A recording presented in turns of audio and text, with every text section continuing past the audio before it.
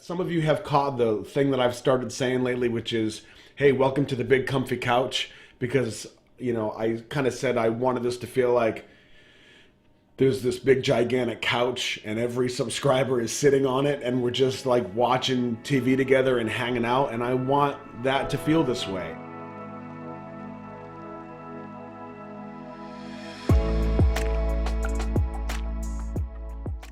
Hey, buddy. We have a long video ahead of us today. Straight and to the point, we are going to be watching The Most Beautiful Life Goes On, story of BTS. This is the 2021 update. And I only knew about this and that supposedly this is the correct one because it is the updated version. There's some corrected stuff. And I think if I remember right, this is by the Asian Theory.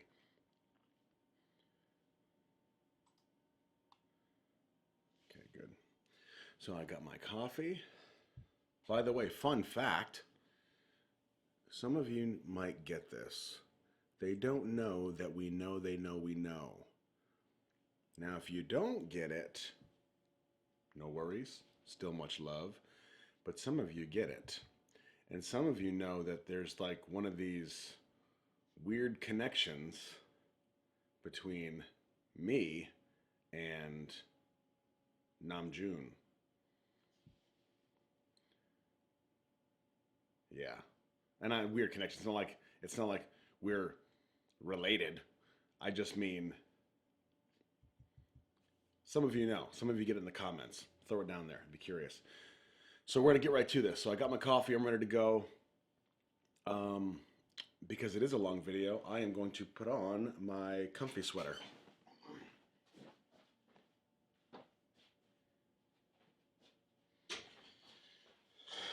This was my dad's sweater. So comfortable. And since we're all here together sitting on the comfy couch, and we got a long video, 38 minutes as is, so we know with me rambling it's going to be a little while. But hey, kick up your feet, get comfortable, and let's have a watch, shall we?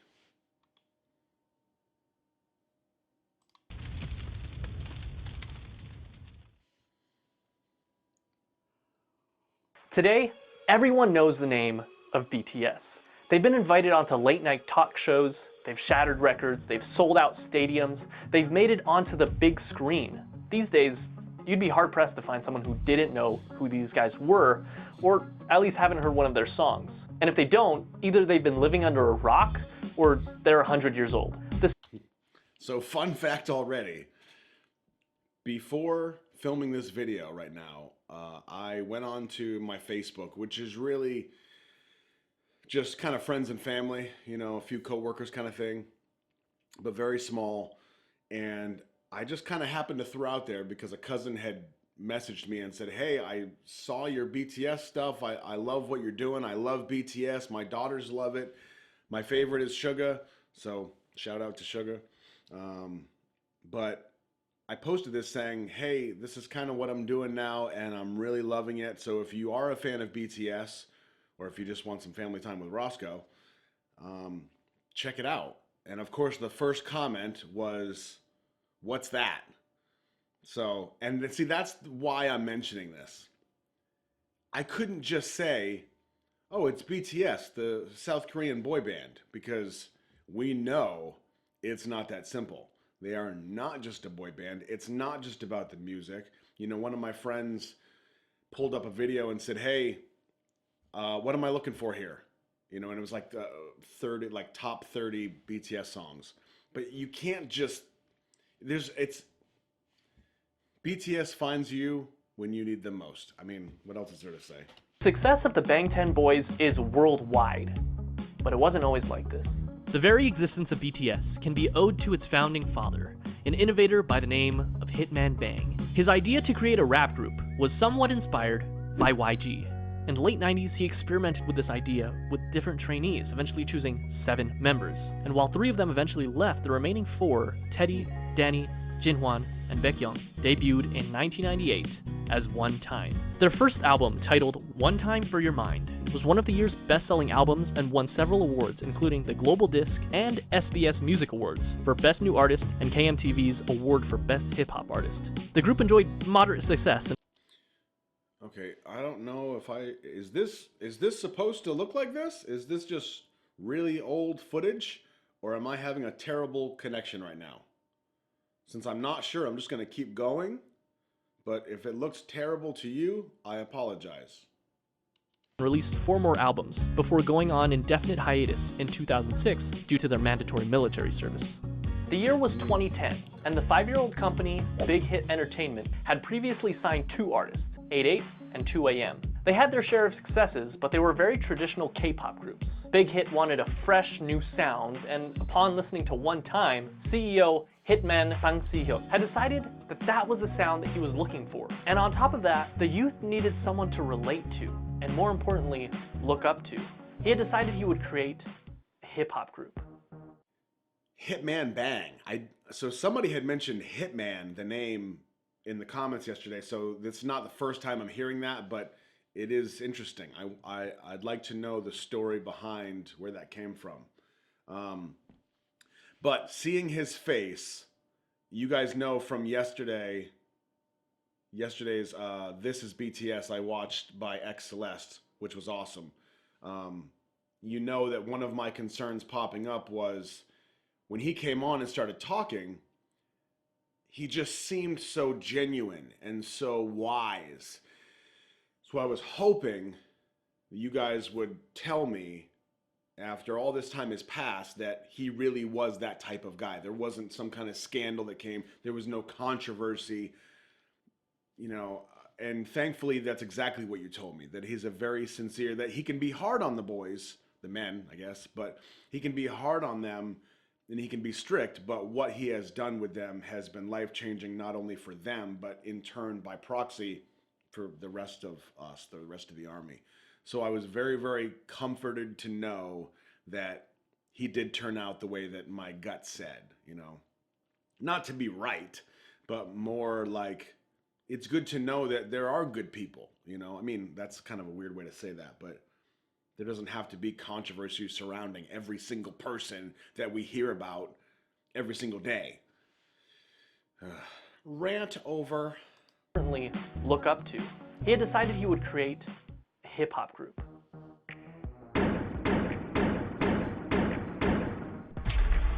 At 15 years old, Kim Namjoon auditioned for a certain Big Deal Records, which he completely botched, forgetting the lyrics to the song he was performing. Ooh. Afterwards, fellow rapper Sleepy recommended that he try auditioning at another label, Big Hit, and even put in a good word for him to one of the producers there. At age 16, Namjoon auditioned in front of Bang Si-hyuk himself and instantly impressed him. He was offered a deal with Big Hit on the spot, which Namjoon accepted and became a trainee, officially choosing a name for himself, Rap Monster, destined to become the leader of the newly created group. Now that a fearless leader was chosen, they needed more members.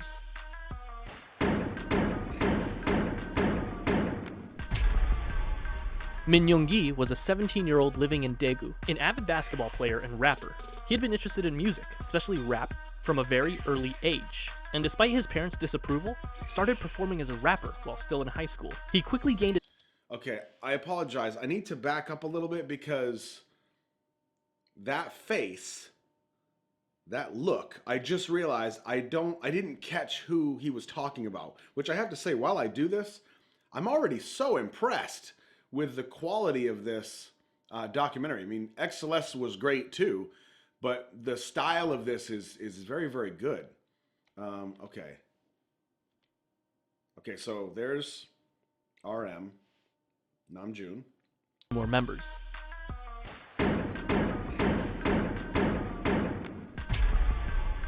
Min Young-gi was a 17-year-old living in Daegu, an avid basketball player. Okay, and that's why I didn't catch it, because Min Young-gi, okay. So he's got a nickname maybe that I don't know? Or maybe I don't know all the members yet. Player and rapper. He had been interested in music, especially rap, from a very early age, and despite his parents' disapproval, started performing as a rapper while still in high school. He quickly gained attention as a rapper and producer in the underground hip-hop scene. One day he saw a flyer for a rap competition called Hit It and decided to participate. And although he only placed second, the company hosting the competition, you guessed it, Big Hit, decided to sign him on as a producer. Hitman Bang spoke with him afterwards, convincing him to join a newly created hip-hop group. He told him to just focus on rapping and assured him that he wouldn't need to dance. He was lying. And just like that, the new group had a second member, known as Suga. Suga! That's why I knew it. That face! Man, you guys already know that part in the dope music video where the guys come up from behind. I mention this like every video. I love it so much. When the guys come up from behind Namjoon and it's the enemy energy and Suga's there with that arm just flailing about. Oh, it just makes my blood move. I might have to watch it before I end this video. Combination of the first two syllables of shooting guard, his favorite position in basketball. But they wouldn't stop there. Rappers were nice, but Big Hit actually needed a dancer. Jung Ho-seok always loved dancing. He was in the starting lineup of the dance crew Neuron in his hometown, Gwangju. He was good at it too, winning several local championships and even winning a championship at the national level in 2008. While he did perform at several competitions hosted by JYP and even won some of them, he ultimately went on to audition for a smaller, lesser-known company, Big Hit Entertainment. His dance skills and strong understanding of rhythm made him an instant favorite. So I keep hearing like Big Hit was really small. You guys have talked about that, but within the context of everything, when we're looking at the video Dope, for example, which was 2015, if I remember, Big Hit was really small. And I know there was something that came up later, but okay, now I'm starting to understand more of the context of the storyline. Okay, got it. And he was signed on as J-Hope. Not only that, but they saw potential in him to become a rapper, which at this point he had little experience with. However, J-Hope made the decision to leave Big Hit until RM convinced both J-Hope and Big Hit that the group wouldn't be complete without him. He was right. 근데 형 항상 정말 후회야. 좋은 거 와야 된다고. 좋은 거 안 오면 시라고 된다고. 멤버 믿고 간 거야 나 그냥. 오래 했고. There's a moment here. If any of you watching are creators in any way, and I don't just mean like a YouTube creator or whatever, but there's this moment here of there's like an energy to it. You know, the group is here, or who's making up the group so far, and they're discussing the potentials and the, you know, maybe the trajectory of where they want to go, what they want to do, who they want to become. And it's like you feel the energy of this moment and you know you're going somewhere and you know it's going to be different, but you don't necessarily know the scale. 멤버 보고 왔어 진짜. 근데 나는 진짜 네가 With the addition of J-Hope, the rap line was complete. Now they needed some singers. Now, just like how RM, an amazing rapper with a ton of experience, was chosen as the first official member of the rap line, it would only make sense that a legendary singer and dancer would be the perfect first member of the vocal line. Right?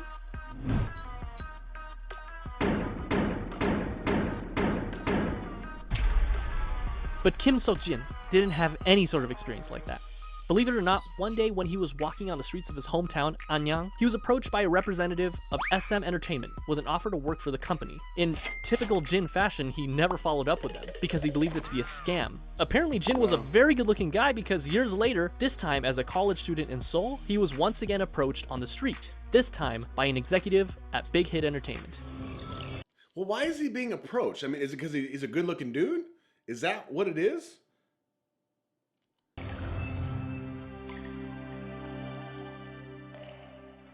He didn't sing, he didn't dance. He was at school to become an actor, and he decided to audition to become an actor. Big Hit, however, had different plans for him, and convinced him to become a vocalist for their new group. Okay, so I'm confused, and this might get answered, or you guys will tell me in the comments. So he's been approached twice, but he's not a singer, he's not a dancer, he's an actor, but why is he being approached? You know, what made him stand out so much to Big Hit that they said, hey, we want you to do this? How? I don't understand yet.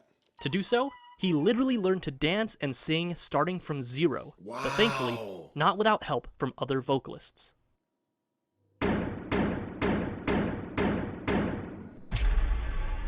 John Jungkook initially had dreams of becoming a badminton player when he was young, but after seeing G-Dragon perform Heartbreaker on television, it influenced him to want to become a singer instead. Because of this, at only age 14, he decided to audition for the South Korean talent show, Superstar K. He didn't pass auditions, but this was just enough to catch the eye of not one company, not two companies, but 7 different companies. What? This included JYP, FNC, Woollim, Starship Entertainment, TS, Cube, and of course, Big Hit Entertainment. So why did Jungkook, given the choice of all these bigger companies, decide to go with the relatively smaller company, Big Hit? The answer was simple. Because he thought, and I quote, RM was cool, so I wanted to sign with them. That brings the number of members. How can you disagree with that? What made him go to Big Hit? Because RM was cool. Wow. I'm completely fascinated by this already. This is already 6 minutes in, a great documentary. And some of you are, I can hear what you're thinking. You're like, yeah, we know. We've watched it a million times. Shut up and pay attention. I know. To 5. The next member of BTS was just as surprised to find Big Hit as Big Hit was to find him, and it almost didn't happen. Ads. You don't even need to wear makeup. What was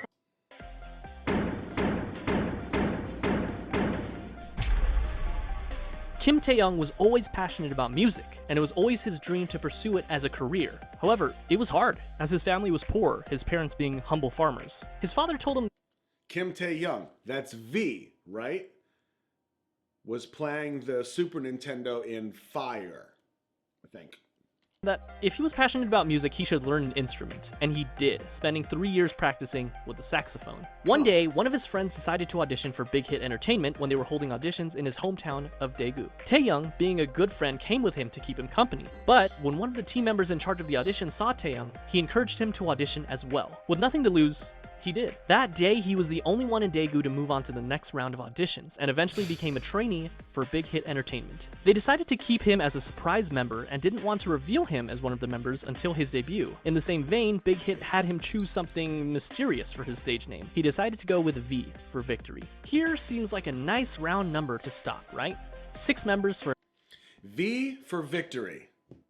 Fun fact. I like that. a new hip-hop group. 3 rappers and 3 vocalists. It seems like a complete group, but still there was something missing.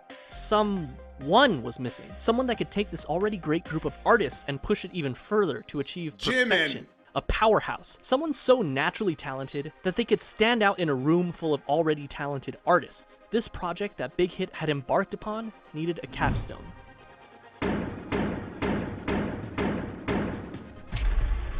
Park Jimin was a naturally talented dancer. When he was in middle school, he attended a dance academy and continued to pursue dance at Busan High School of Arts, where he studied contemporary dance and was the top student in the whole modern dance department. Impressed by his raw talent, a teacher encouraged him to audition for Big Hit Entertainment, who were holding auditions in Busan. He was only 16 when he passed the audition and moved to Seoul to become a trainee. He was the final member of the group, and he also had the shortest training period. Interesting to note is that the group feels very much ragtag because, in a sense, with the exception of Jimin and J-Hope, it was.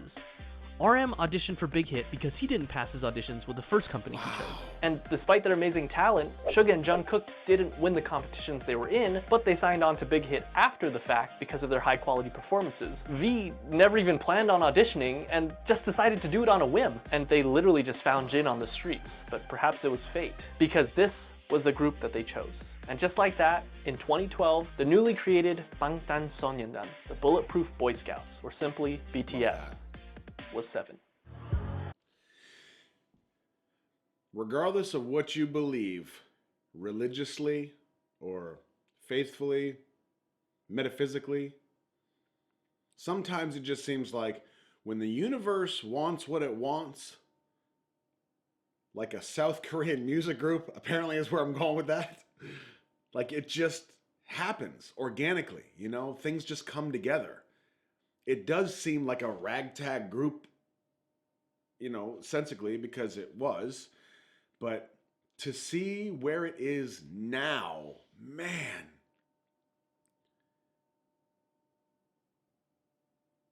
I'm so in awe already.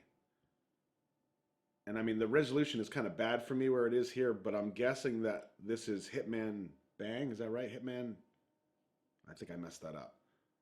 I'm gonna keep going. 저도 아침에 리허설 때 이거 보고 많이 웃었습니다. They had the group, but they still needed the music. In early 2013, they set out to create some social media presence for themselves before officially debuting, posting song covers on both SoundCloud and YouTube, which you can still go watch today. In May, Big Hit launched a countdown clock on their website in preparation for BTS's debut album, complete with a trailer and a ton of promotional material, including photos for the first time of all the members in the official lineup. Finally, the big day came. June 12th, 2013. What song was that?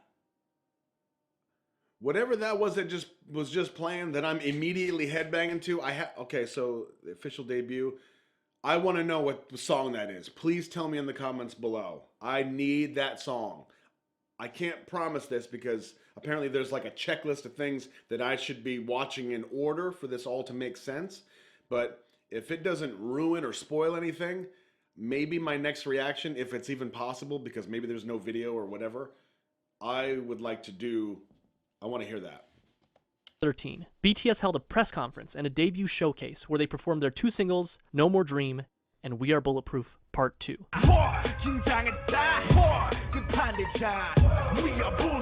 The same day, the Too Cool for School album, as well as the music video for No More Dream, were released. The very next day, BTS performed the song again on their official debut stage. He's so young, and just look at that energy.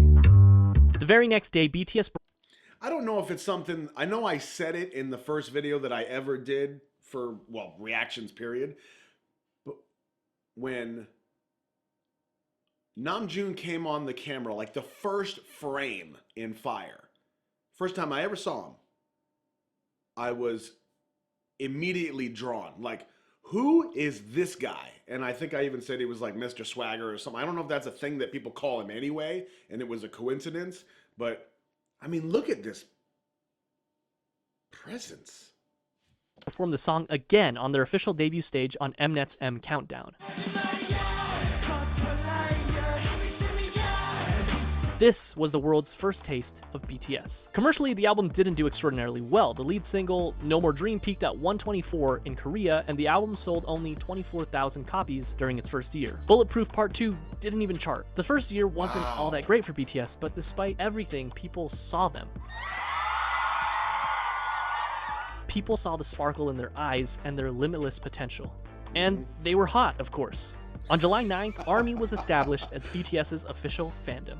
They made their comeback only 2 months later in September when they released their single, No, along with their EP, part 2 of what would be their school trilogy, Oh, Are You Late 2. In the music video for the single, they made a commentary on the harsh Korean education system, along with their previous themes of hopes and dreams. No peaked at 92 in Korea, but also quickly fell off the charts. The album debuted at number 4 on the Gaon Weekly chart and was the 55th best-selling album in South Korea that year. This was enough to secure them the coveted New Artist. I have to assume, so that message about the video, about the education system, the very strict education system, I have to assume, like, that's a bold move. You know, these guys are young, and stepping on a soapbox like that with a message like that can't be easy. Of the Year Award at the Melon Music Awards, the Golden Disc Awards, and the Seoul Music Awards. Part 3 of the School Trilogy was released in February of 2014, the EP, School Love Affair. This time, the lead single was Boy in Love,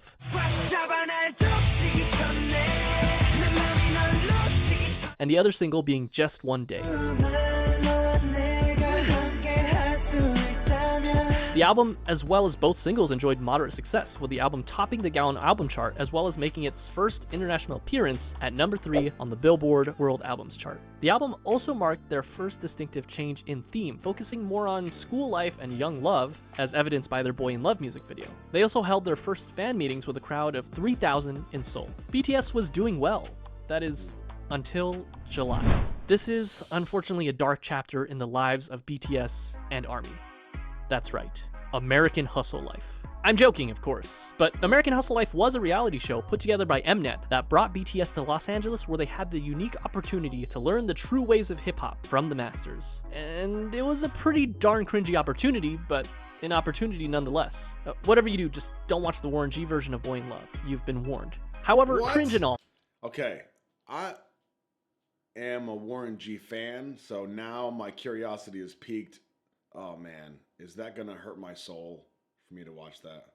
The trip proved fruitful for BTS, making connections, performing their first US concert for free in front of 200 fans, as well as their first appearance at KCON. The next month, in August, BTS released their first full-length studio album, Dark and Wild. The album featured 2 singles, Danger and War of Hormones. I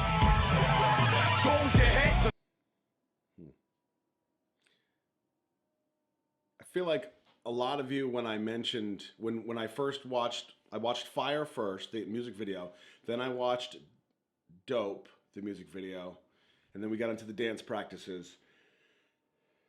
I know some of you,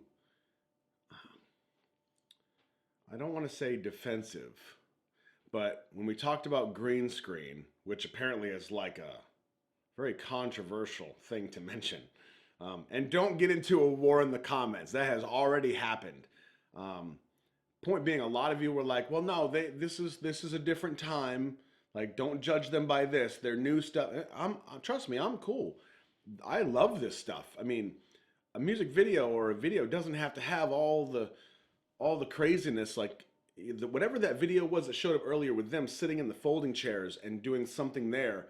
If you remember, immediately I was like, ooh, because that is very simple, which means that to make it entertaining, you have to do different things. It can't be a lot of the hoopla, blah, blah, fireworks, which is okay, but it's a different challenge. When you're visually storytelling like that, it's a whole different ballgame. So even this older stuff, yeah, maybe the quality is very different, but there's still something to pull. There's still, and you guys have watched all these videos 100 times, so you know there's a reason to watch these videos. Do you get something from them? The album featured a marked shift in sound with a touch of R&B and electronica. It was met with moderate success. It peaked at number 2 in Korea, selling over 200,000 albums. In October and again in May of the following year, BTS went on their first and second concert tours, known as the Red Bullet Tour, where they visited 13 different countries, including Japan, the Philippines, Australia, the US, Mexico, and many others. They also came out with their first Japanese album in December, Wake Up, featuring many Japanese versions of their songs as well as the original track Wake Up and the Stars, followed by a Japan tour and a solo concert in Korea. Okay. I need to understand this, and I'm going to ask a question that might be a really dumb question or an insensitive question, but we're all family here, and I need to understand this. He just said they released Japanese versions of their songs. So does that mean they were singing all the lyrics in Japanese?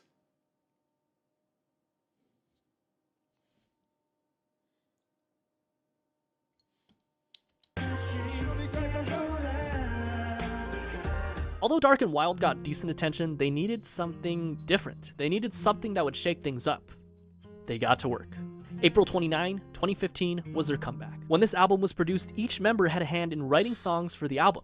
They again changed their sound, from aggressive hip-hop to youthful, colorful styles. And not only their sound, but their image as well. This can be evidenced by their newest EP, The Most Beautiful Moment in Life. And just by looking at the album cover, they ditched the dark colors and the bulletproof vest symbol that had become so synonymous with BTS. Isn't this whole thing so symbolic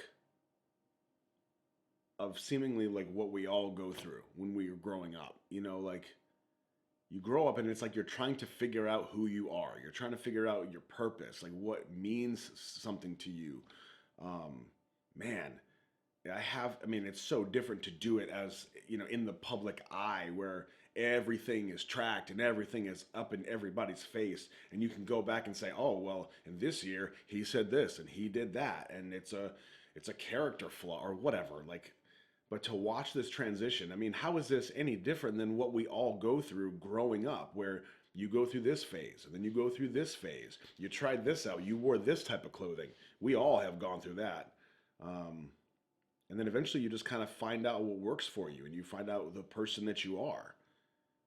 I mean, this is just my opinion that I'll throw out here, but I feel like if you're not on a daily basis going through some type of, I don't know, self-evaluation or introspection, like you're missing out, why you wouldn't want to be the absolute best version of yourself. And replaced it with a simple white and pink background overlaid with the title. And then they dropped the single that would change everything. I Need You. It was sentimental, it was hopeful, it was new. Just by looking at the music video, we can see that BTS has also ditched their punk bad boy image and replaced it with a more real, vulnerable, down-to-earth, and youthful feel. This proved to be the change that BTS needed for mainstream success. Billboard called it one of the greatest K-pop songs of the decade. It charted at number 5 in Korea, and even led them to their first music show win on SBS MTV's The Show. And that wasn't all, they released their second single, Dope, on June 24th, which started off with a poignant line from RM. 어서 와. 방탄은 처음이지? Welcome. Is this your first time with BTS? And you know what? For a lot of people, it was. I already feel that.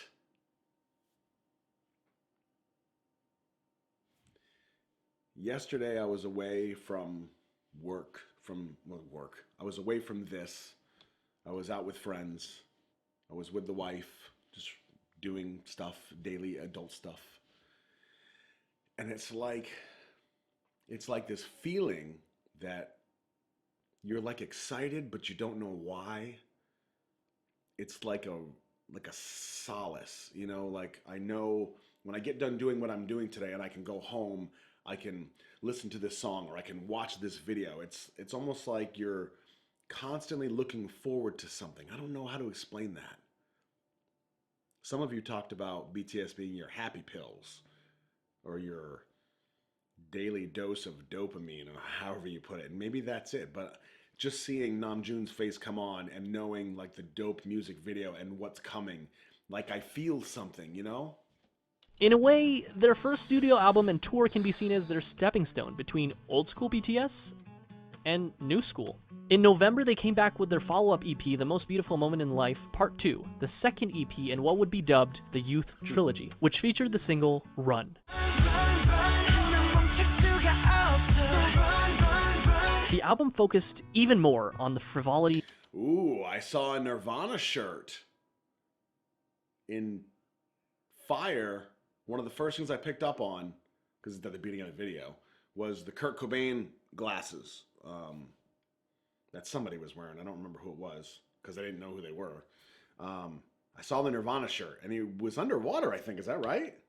Is that like a tribute, like paying homage to the Nevermind album? The album focused... Interesting. Even more on the frivolity, friendship, and carefree attitude that comes with enjoying one's youth. But just like in I Need You, contrasted that with suffering, depression, loneliness, society, and the stark and sometimes dark reality of life. Wow. Compare this with the far cry of the No More Dreams music video. It felt real. It was darker, grittier, more humble, more meaningful, and most importantly, RM lost his mohawk. Run also connected narratively with their previous single, I Need You, and another video released in September titled Onstage Prologue established what would come to be known as the BTS universe, or the BU. I've heard so much about this. Which would eventually combine music videos, short films, books, short stories, webtoons, and even a mobile game to create a cohesive story. And I won't go down this rabbit hole because there is a lot to digest, but it's definitely something to look into if you're a hardcore ARMY. The same month, they kicked off their third tour, The Most Beautiful Moment in Life Onstage Tour, where they performed songs from their two recent EPs, Part 1 and Part 2. And Part 2 was a hit, their biggest so far. It topped the Weekly Gaon album and Billboard World Albums charts. And on Billboard, it stayed there for multiple weeks, the first K-pop act to do so. It also appeared on the Billboard 200 albums chart. Not world albums, which was reserved for foreign non-English songs, but simply the top 200 albums, peaking at 171. which is kind of amazing considering that this was back in 2015. They also received Best World Performer at the 17th Mnet Asian Music Awards. This brings us to part 3 of the Youth Trilogy, The Most Beautiful Moment in Life, Young Forever, released on May 2nd, 2016, which featured probably my favorite BTS album cover. Young Forever was actually a compilation album of parts 1 and 2, so it was mostly the same songs, but it was notable that it had some new singles, Epilogue, Young Forever, Fire, and Save Me. The latter two performed exceptionally. Save Me is another one you all have been telling me about, and if I remember right, that's the one that is supposedly a one take. Action, all the way through, no cuts. And I don't mean like match cuts and like hidden transitions. I mean, it's all one take. And already I'll say, if you're the cameraman of this video, hopefully you understand the mad props and credit that everybody gives you on that video. Camera person. I don't know if it's a man or a woman, or I have no idea. Well, with both songs topping the Billboard World Digital Songs chart. This was also the second BTS album to chart on the Billboard 200 at 107. And it topped both the Gaon Weekly and Monthly chart, which earned BTS their first Daesang.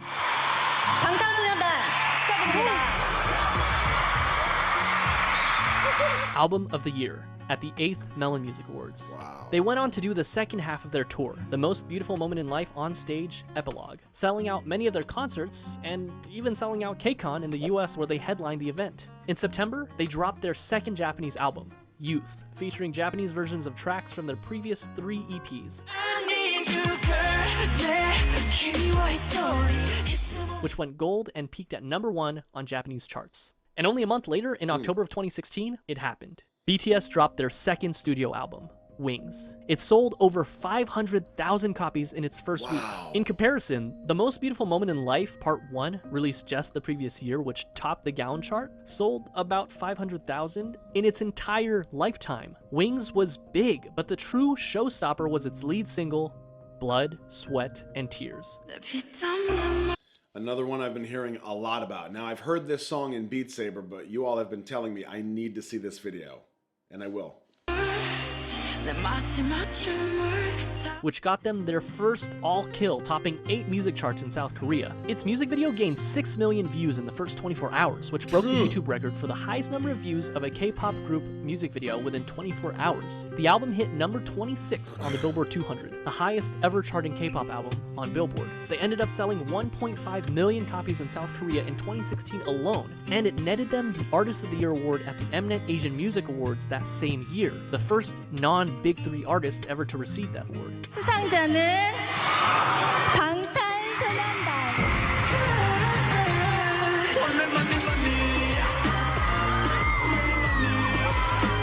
After Blood, Sweat, and Tears, they were on a roll. BTS was unstoppable. In February of 2017, they released the instant hit Spring Day, which, quoting a Korean reviewer, embodied nostalgia and sorrow and opened a new chapter in BTS's aesthetics and lyricism and attracted fans across generational boundaries.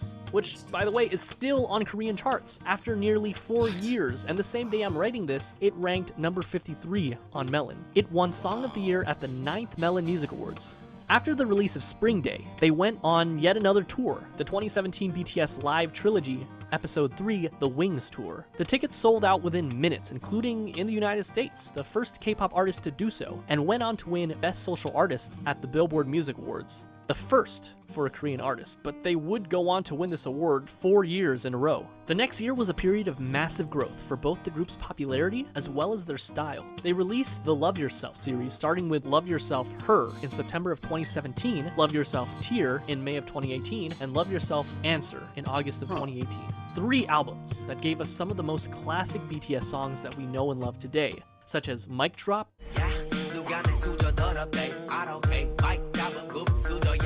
Fake Love. Was that live? I know it sounded different than the version I heard in Beat Saber, but was that live? Some of the most classic BTS songs that we know and love today, such as Mic Drop,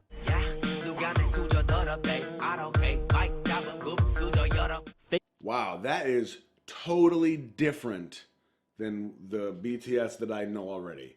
That's a whole different sound. These dance moves are different. I am digging this. Fake Love, Euphoria,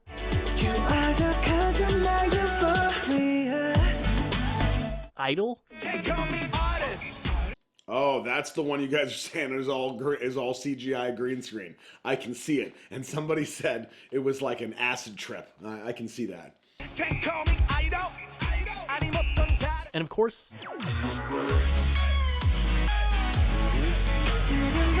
all three albums were commercial successes, Her being their first album to top 2 million album sales. But Tear and Answer also did equally well. These three albums, as well as their Japanese album, Face Yourself, proved that they weren't done yet, not even close.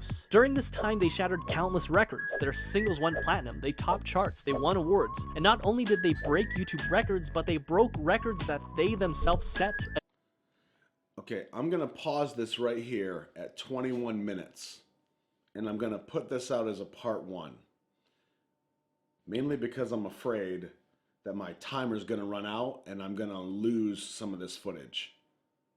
So I'm going to pause this now. I'm going to upload this and then I'm going to keep on trucking. So this is part 1. I'm completely enthralled in this. I'm so enthralled that I don't even know if that's the right word to use. So, last thing I'm going to say before I cut this and start editing it. As you already know, some of you, I have a very addictive personality. I had said to my wife not long ago, and we're talking a few months maybe, that I missed being lost in something. I used to be addicted to the video game World of Warcraft, which I'm sure some of you understand. I do still play to this day from time to time for the nostalgia aspect, which was just talked about. But there's something about just being lost and completely engrossed in something that you can kind of, it's like escapism. You know, you break away from reality for a bit and you get lost in something else, lost in another world that where your problems don't matter right now, you know, but like in a healthy way. And I can already tell this is going to be that for me. I have all these questions and these like moments where I'm like, I want to know everything. Man.